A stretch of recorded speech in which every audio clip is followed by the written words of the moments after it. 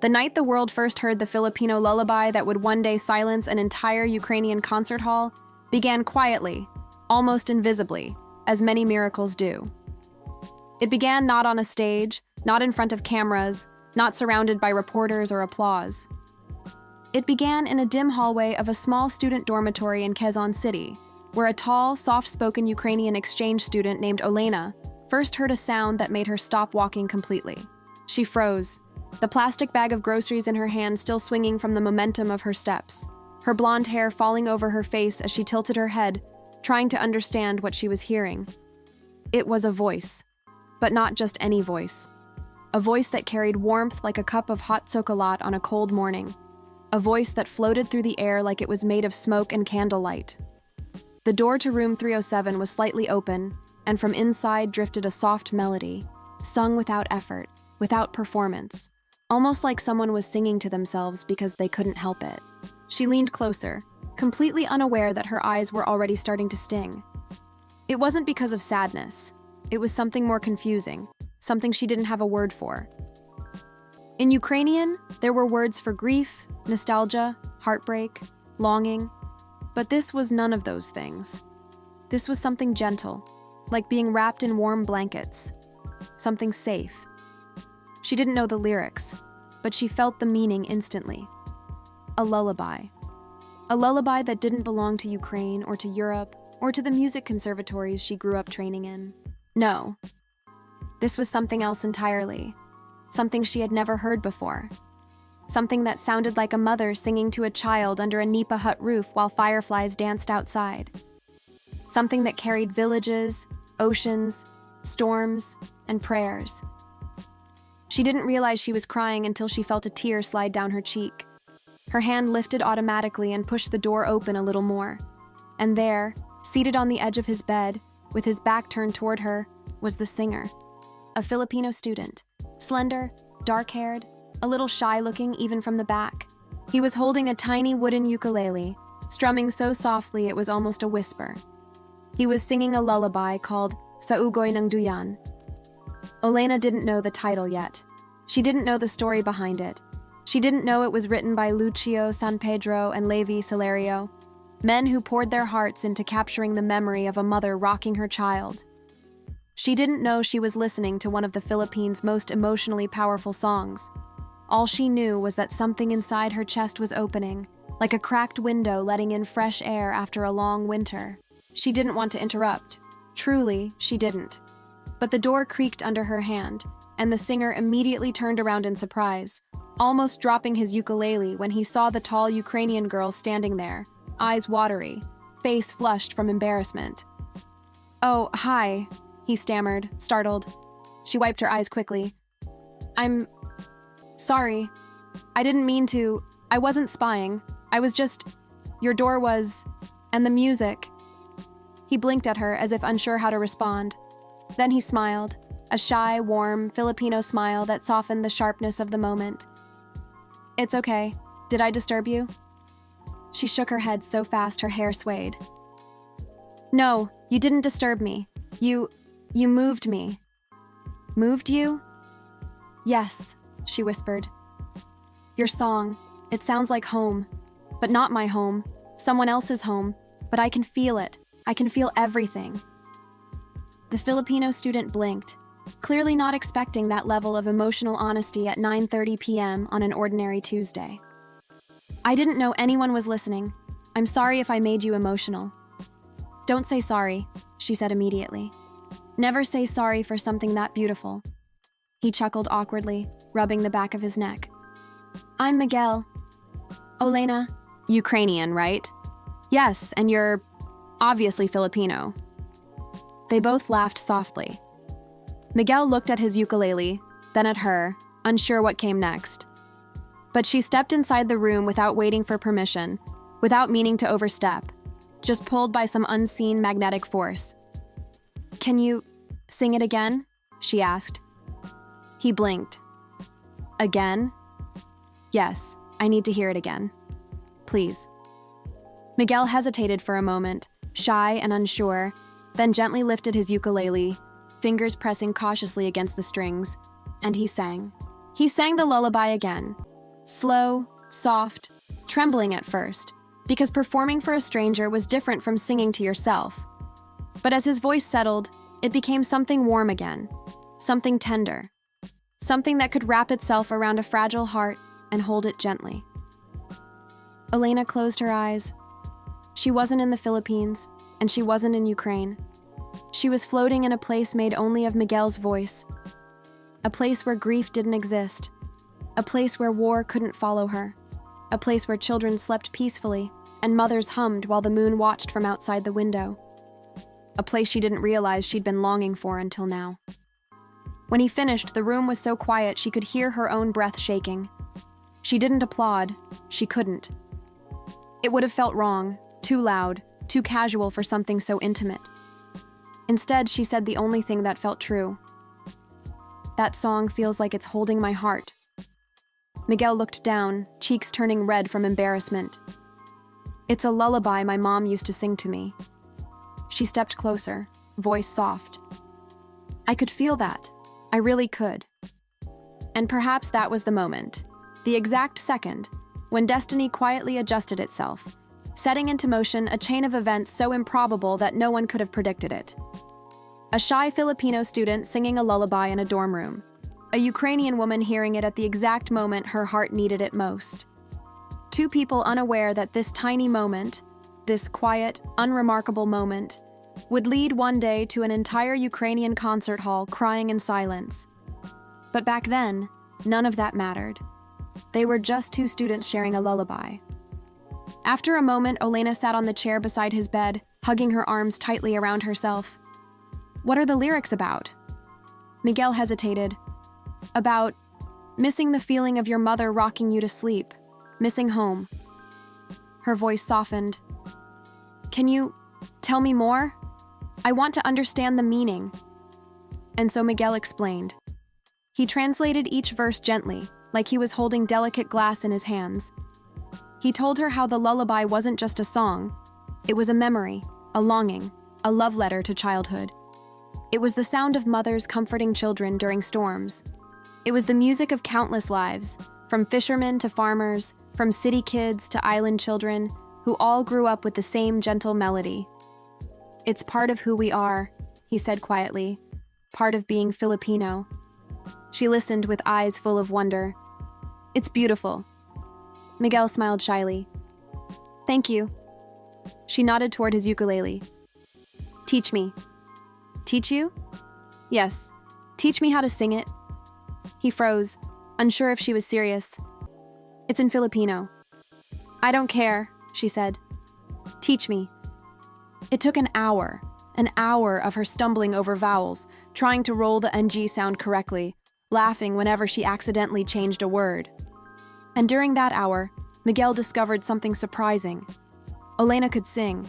Not perfectly, not gracefully, certainly not like a trained performer, but she had a rawness, a sincerity, that Miguel found strangely captivating. She didn't sing like someone trying to impress. She sang like someone trying to love something new. By midnight, she could sing the first few lines with passable Tagalog, and by the time she left his room, she was humming the melody under her breath. That night, she couldn't sleep. The lullaby kept repeating in her mind, as comforting as warm hands on a shaking shoulder. She remembered her own mother, tucking her into bed before the war forced them apart and scattered their family across cities. She remembered Ukrainian lullabies, the ones she no longer heard because the world had become too loud, too heavy. Sa ugoy ng duyan reminded her of all the softness she lost. The next morning, she knocked on Miguel's door again, not because she needed something, but because the lullaby had become a thread she didn't want to let go of. Miguel opened the door half asleep, eyes squinting. She smiled sheepishly. Good morning. Can we practice again? And that became their routine. Every day at 9 p.m., Olena knocked on his door. Sometimes she brought food, pancit canton, siopao, empanada, whatever she found in the nearby sari-sari store. Sometimes Miguel cooked for her, sinigang, adobo, tortang talong. But always, without fail, they practiced the lullaby. Her accent improved, her pitch stabilized, her confidence grew. But something else grew too. A connection. A fragile, beautiful thread between a Ukrainian woman who came to the Philippines searching for peace and a Filipino musician who didn't realize he was giving it to her. Weeks passed, then months. One night, after a long practice session, Olena said something that made Miguel look up in surprise. "I want to sing it on stage." Miguel almost dropped his ukulele. "What? I'm serious." "But why? You're not Filipino." "That doesn't matter. Music has no passport." He stared at her, still stunned. She took a deep breath. "There's a concert coming up for international students, right? I want to join. I want to sing your lullaby." Miguel shook his head. "Olena, that's not a normal song. It's sacred to us."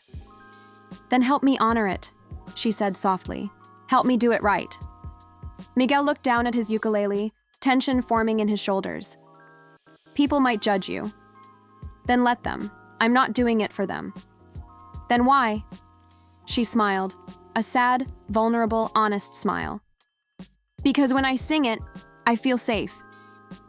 Miguel felt his chest tighten. He didn't know what to say.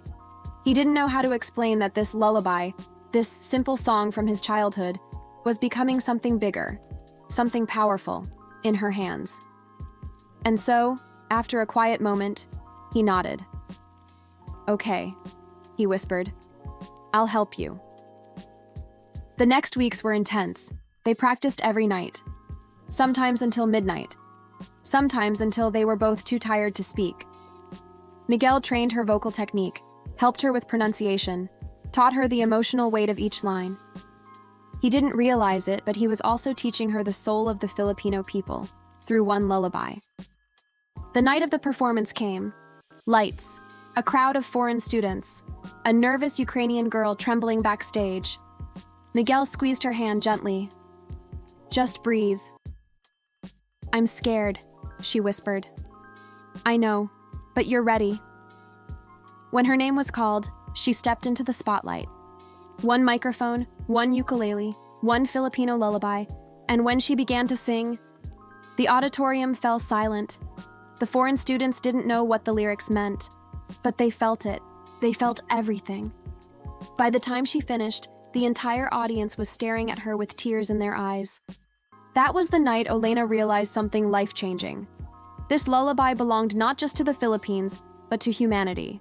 And this was only the beginning. Because 1 year later, in a grand concert hall in Kiev, her voice would make an entire nation cry. The year passed faster than either of them expected. What began as a nightly practice between two students became a ritual they both relied on. For Olena, the lullaby was an anchor, something she clung to when her homesickness came in quiet waves. For Miguel, it was a secret he cherished, the feeling of watching someone from so far away fall in love with the soul of his homeland. But time, like all things, moved. And soon, Olena's exchange program came to an end. It was strange how ordinary the day felt. No dramatic goodbye, no emotional breakdowns, no last-minute revelations. Just a sunny morning, 2 cups of instant coffee, and a blonde Ukrainian girl sitting on a plastic chair in a cramped dorm room trying to memorize the way the Philippines smelled, fried garlic sampaguita, and the faint scent of rain that always seemed to linger in the air. Miguel sat across from her, looking at the floor, his fingers tapping nervously against his thigh. He didn't want to ask the question pressing inside him, but it spilled out anyway. "Are you scared to go home?" She looked at him slowly, her blue eyes soft. "Yes. I'm scared that when I get back, I'll forget how this felt." "You won't," he said quickly. "Music stays." She smiled sadly. "I hope so." "And you'll sing the lullaby there, right? For your parents?" Her cheeks warmed. "Yes, and something else." "What?" "I want to sing it in public, on a real stage, in front of my people." Miguel froze, breath caught in his throat. "You're serious?" "Yes," she said, voice steady. "I think Ukraine needs softness. We need the kind of warmth you Filipinos carry like it's part of your DNA." "But," Miguel swallowed, "what if people won't understand it?" She leaned closer. "But they will." even if they don't know the language. Even if they don't know the Philippines, they will understand the feeling, because love and longing sound the same everywhere. Miguel didn't know what to say. He didn't know how to explain the pride swelling deep in his chest, or the fear that came with it, fear that the world might never know how much heart was inside that tiny lullaby. When she left for the airport, they didn't hug. They didn't take a picture. They didn't promise to stay in touch forever. They simply stood there, two people who shared something intimate yet undefined, staring at each other with the unspoken understanding that life was pushing them onto separate paths. "Thank you," she whispered, "for everything." Miguel looked down at his shoes. "Thank you too." She boarded the plane. He watched it disappear, and for a long time after, he wondered if she would ever sing the lullaby again. Ukraine welcomed her back with the cold air she almost forgot, the gray skies she used to complain about, and the bittersweet feeling of returning to a past that no longer fully fit her. Everything was familiar, and yet she felt like a stranger. Her parents hugged her tightly at the airport, her mother crying the moment she saw her daughter, her father pretending not to wipe his eyes. They drove home through streets still healing from a difficult decade, buildings patched with new cement, murals honoring fallen heroes, children playing in alleys that once echoed with sirens. But despite the heaviness, life continued. People smiled, people laughed, people lived. That night, as the snow fell softly outside her window, Elena sat on her bed and held the small ukulele Miguel gave her on her last night, a gift she didn't expect, a gesture so gentle it brought her to tears on the plane. She strummed the familiar chords, and she sang. Her mother walked into the room mid-verse and froze at the door, eyes widening at the Tagalog words her daughter was whispering into the winter air. "My love," her mother whispered, stepping closer. "What is that song?" "A lullaby," Elena said softly, "from the Philippines." "It's beautiful," her mother murmured. "It sounds old, like something a grandmother sings while stirring soup." Elena laughed. "Yes, it feels like that." "Sing it again," her mother asked. And so she did. And her mother cried silently, just as she once did in the hallway of the dormitory, proving that the lullaby didn't belong to one country alone. It belonged to every heart that needed comfort. Weeks turned into months. Olena returned to her old life, or rather, she tried to. She resumed university, met her old friends, walked familiar streets. Yet something inside her had changed so deeply that she could never go back to who she was before. The lullaby followed her everywhere. She hummed it on the bus. She played it at home. She whispered it to herself when the nights felt too heavy. And one day, while scrolling through the website of Kiev's annual Winter Cultural Festival, something inside her sparked like fire, a call for performers, any genre, any background, any story. With shaking hands, Olena filled out the form: name, age, performance type, cultural background, and then the big question: what will you perform and why? She hesitated only a moment before typing: "I will sing a Filipino lullaby called Sa Ugoy ng Duyan. It changed my life. I believe it can touch hearts here too." She pressed submit. She didn't tell her parents. She didn't tell Miguel. She didn't tell anyone. She simply waited. A week later, the email arrived. "Congratulations, you have been selected." Her breath caught. Her fingers trembled. Her heart began to race. She was in. She would sing it, on stage, in front of strangers, in front of her countrymen. She practiced every day. She practiced until she could sing the lullaby in her sleep. She practiced until her accent was no longer foreign, just uniquely hers. She practiced until she felt like the song lived under her skin. And when the night of the festival finally came, she walked backstage with her ukulele pressed tightly against her chest. The Kiev concert hall was enormous. Gold ceilings, velvet chairs, chandeliers that looked like falling stars. Hundreds of people filled the seats: journalists, diplomats, families, students, veterans, survivors, people who had lived through difficult years, people whose hearts carried memories too heavy to speak aloud. Olena stood behind the curtain, breathing quickly, palms sweating. She glanced at her ukulele. She thought of Miguel. She thought of the moment she first heard the lullaby, the dim hallway, the softness of his voice, the tears she didn't understand. She whispered to herself, "Music has no passport." Then the announcer spoke. Next performer, Olena Kovalenko. Her legs felt weak as she walked on stage. The lights blinded her. The silence pressed against her chest. She sat down. She lifted her ukulele, and she began. The first chords floated softly through the hall. Several heads lifted. Some leaned forward. Others froze mid-motion. Her voice entered next, fragile, trembling, but full of warmth. A gentle lullaby in a foreign tongue. A lullaby about longing. About a mother's embrace. About home.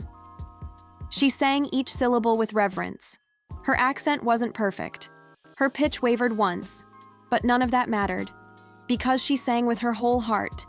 And as the verses unfolded, something incredible happened.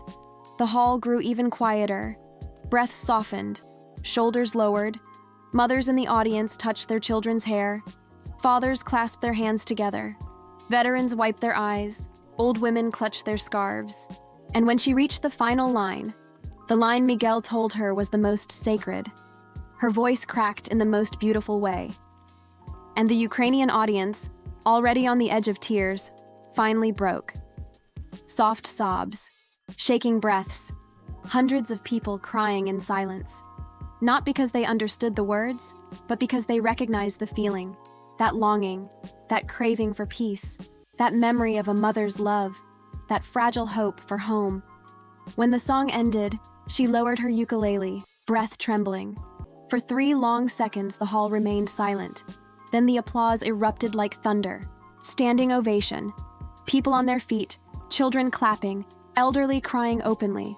The entire hall rising to honor a lullaby from thousands of kilometers away. Olena froze on stage, overwhelmed.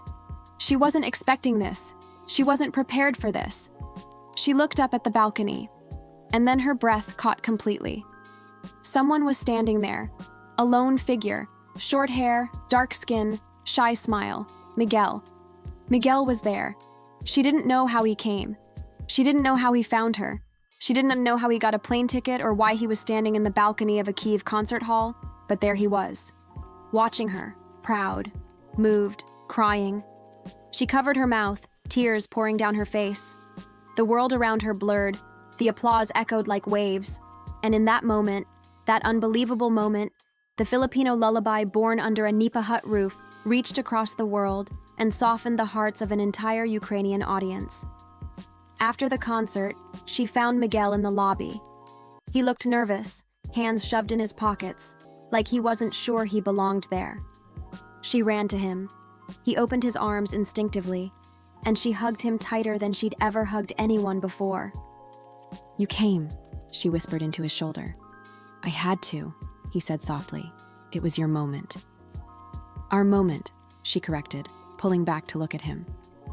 "I'm proud of you," he said, voice cracking. "You sang it better than I ever could." She shook her head, eyes shining. "No, I only sang it because you gave it to me." "And you gave it back to the world," Miguel replied. For a long moment, they simply stood there, a Filipino man and a Ukrainian woman, 2 people from worlds apart, bound together forever by a lullaby that chose them both. Outside, snow fell quietly over Kiev. Inside, applause still echoed in their hearts. And in that moment, a Filipino lullaby became a Ukrainian memory. A memory that would travel from person to person, from city to village, until it became a story told across both nations. The night a Filipino lullaby made Ukraine cry, and the 2 souls who carried it across the world.